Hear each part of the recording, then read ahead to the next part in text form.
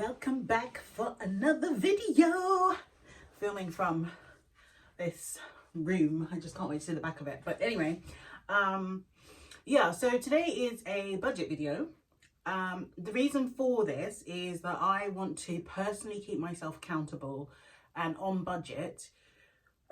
Given that we've recently moved house and our expenses have gone up. The main expense that has gone up is a couple of things. So council tax is like £1,000 more than the previous house, and also the mortgage is £1,000 more per month than the previous house. So because of those increased expenses, I want to make sure that I'm on track, because we did this sort of budgeting exercise before we applied for the mortgage and before we decided how much we were willing to spend on a house, in order to make sure that we were financially okay, because we never want to over leverage ourselves. And we are the type of couple that tries to live below our means. So our previous house, you know, when we bought it, we were on certain salaries, and over the course of, you know, several years, you know, we ended up getting quite significant pay rises, and you know, we kept our lifestyle pretty much the same. We're not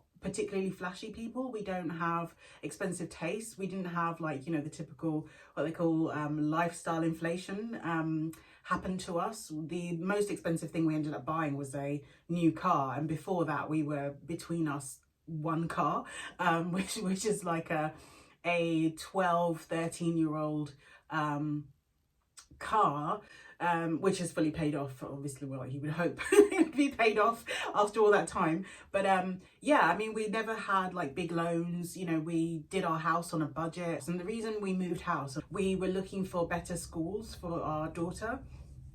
And in our current area, these schools were just not, they were okay. But, you know, I think, you know, as parents, you want to give the best that you can to your child, and you want to make sure that they have the things that you didn't have. So that's why we moved, and that's why we now need to be much more focused on our budget in order to make sure that we are able to achieve our financial goals, which, you know, I'll talk about in another video, but I'm just going to take you through our budget. Okay, so this is a template that I downloaded from Windows because it is free.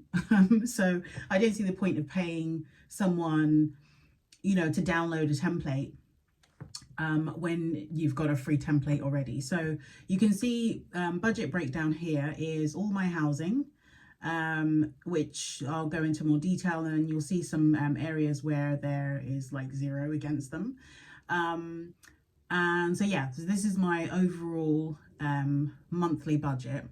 And this is what I'm hoping to try and stick to for the month of March.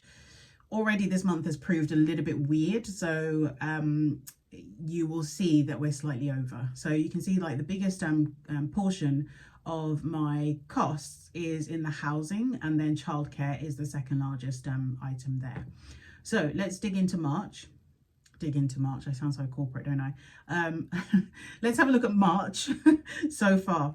Okay, so as you can see here, here's my projected, and this is my actual cost. So my housing, as you can see here, biggest cost here is my mortgage and rent. Mortgage, it's mortgage, not mortgage or rent. So this has gone up quite a bit. So it's gone up by about £1,000. The current mortgage is double our previous mortgage, and the reason it is double is also because we took a portion of money out to do the works to this house. If we didn't take it out, then this mortgage would be a lot less.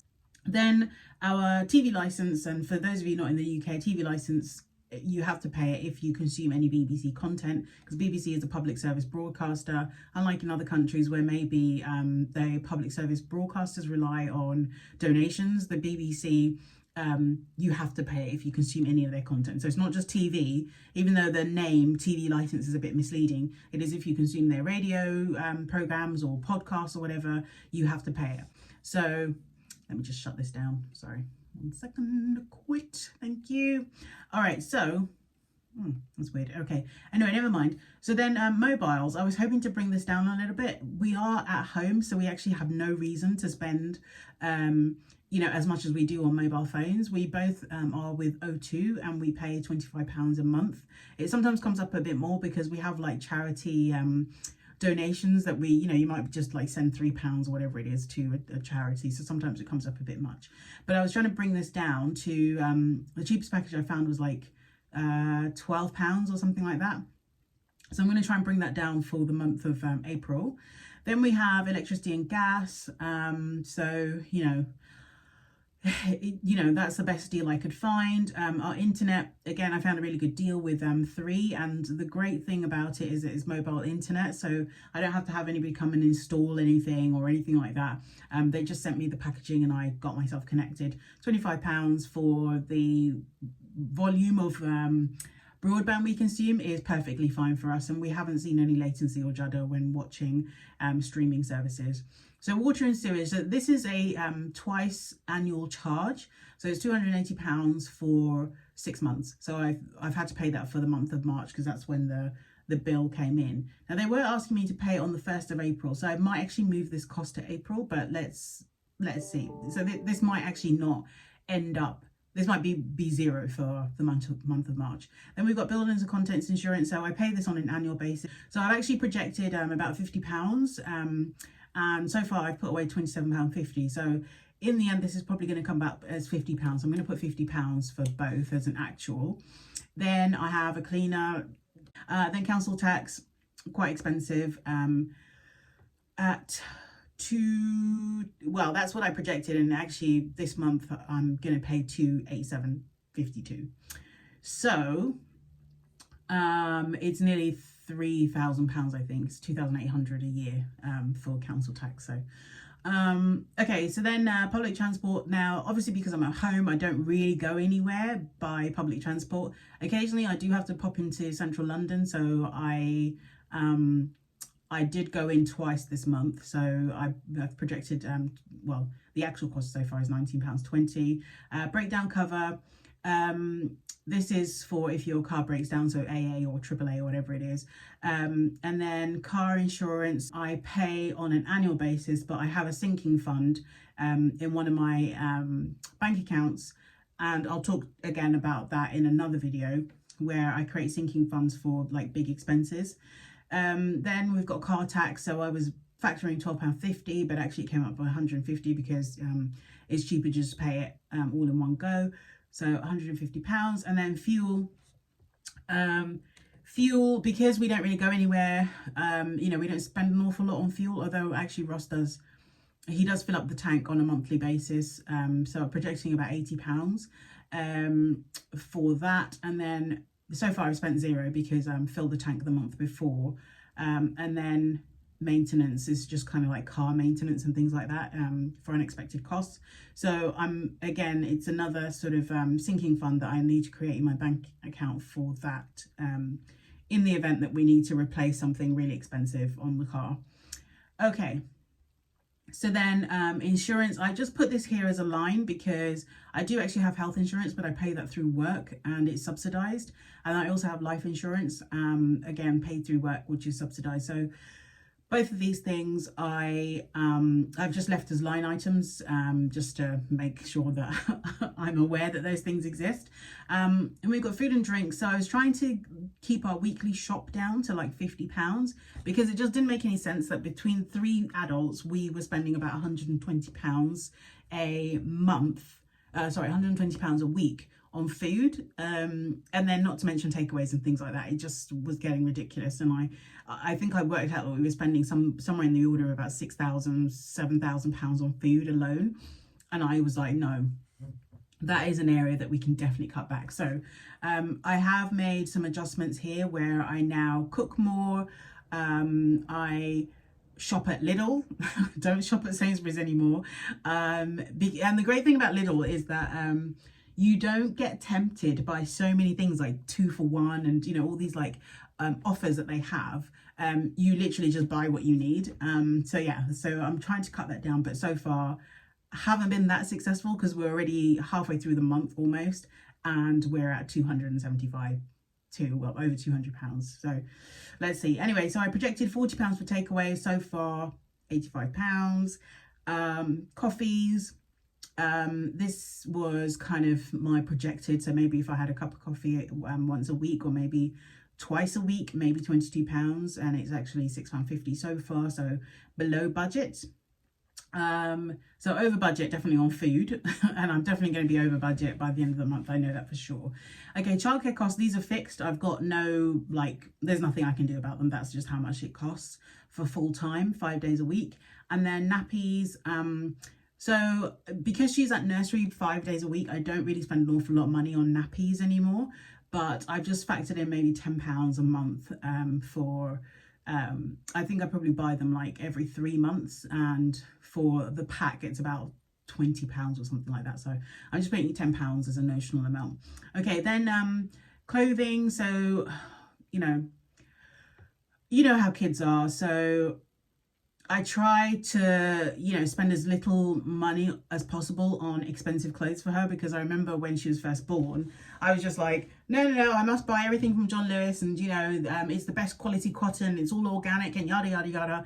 And you're just like, they're going to wear it for like 5 minutes and grow out of it. So now I'm just like H&M, Tesco, whatever is cheapest, because ultimately it's just a waste of money to spend so much money on food, on clothes for children. So I am cutting that back, but this is a projected cost. I haven't actually spent any money on clothes in recent times. I think I did a batch of clothing for her about a month ago, so that should cover us for about 6 months, but you never know, I might buy 1 or 2 things here and there. Right, then I've put in clothing for me and Ross, so £50 a month. We typically never spend that much. Then we've got random Amazon stuff. So I know I'm terrible with Amazon, but I am cutting back because I'm being much more mindful of my spending. And before, I used to just be like, buy some random stuff on Amazon. So I still know that on a personal note, I will still buy the random stuff on Amazon. So yeah, so far I'm at £40, just over £40. I have a Microsoft subscription, so that is through work, and I get it for like £41. Did I pay it this month? Yeah, I did actually. Yeah, I paid £41 this month, sorry. So I need to add that in. So the actual is 41. And then I've got events and concerts. Obviously nobody's going anywhere, but I just kept it as a line item because it's not the sort of thing that I would budget for necessarily. If I wanted to go, I would just go, but I'm going to keep a line item here because when we get to a point where they do lift restrictions and we can go to places, I will put a line item to budget for something like that. Okay, then domains. So this is just a one-off cost for the next 2 years. So I have a couple of domains that I own. Then I've got Netflix and then Amazon Prime. So that is the annual charge. So I actually had projected 0 for it, but it's $79.99. So I have a tab here for loans, and you'll see that they're all 0, and that's because I literally have no loans or personal credit cards or anything like that. But I've kept that here only as a visual reminder, because there might be a time when I do need to buy something on a credit card, and maybe I might carry a balance beyond a month. Typically when I buy anything on credit cards, I do pay it off on a monthly basis. Then we have taxes. The reason I've kept this bit here is because I do pay taxes outside of my employment. So, and that's on some other investments and, things like that. So I've just kept this here, but I won't actually include it in my budgeting tab. And then we've got savings and investments. So, we have a junior stocks and shares ISA for Faith. So that's what we put in every month. And then rainy day premium bonds fund. That's the actual cost. I do want to up this because I want to make sure that we have a good cushion underneath us, and my goal is to make sure that we have a year's worth of mortgage payments. So that's what we're aiming towards, because we kind of this fund kind of disappeared over the course of buying this house, and some other unexpected costs. Those we could replenish that right now, but I'd rather save towards replenishing it. But anyway, that's another thing. So and then ISA, we have our personal ISAs as well, and then overpayments on the mortgage. So I'm hoping that we're able to pay £500 on top of the mortgage, but I have to see how this month pans out, because this is our first month of an increased mortgage and increased costs. So I just need to make sure that we actually at the end of the month do have, you know, £500 plus, you know, whatever else we want to like just have as play money. So, you know, as I said, this is not a zero-based budget. Anyway, so hoping that we'll be able to save £500 on a monthly basis, but let's see how we go this month. And then I have a sinking fund again for toys for Christmas and toys. I'm just going to put like a budget here for it, but I haven't actually bought her any toys this month. So and usually like grandparents and things like that buy it for her, so I just put it in just for, you know, for as a reference point. And then Christmas, we do have a sinking fund for that, because, you know, Christmas can get quite expensive, especially when you have, you know, the number of relatives that we have to buy for. And then you have a holiday fund, so when we are able to go on holiday, then, you know, we'll need to pay for the holiday. So I'm going to put away £140. I don't see us going away this year. Yeah, I just don't see us going away anywhere. So yeah, that's pretty much our budget. Now this doesn't factor in anything like pension contributions or other like savings outside of this budget. And the reason it doesn't is because I try to keep that separate, and I'll do a separate video on our savings and our savings goals and what we hope to achieve for this year. So yeah, that's pretty much it. I hope it's helpful, guys, if for those of you who are kind of, you know, not sure how to budget, or, you know, kind of were just maybe a little bit curious, or, you know, and also, like I said, I want to keep myself on track. So this is we're on the 19th of March. So 1st of April, I will do another video for the 1st of April, and then we'll see whether or not I stuck to this budget. And, you know, so far we are at 547.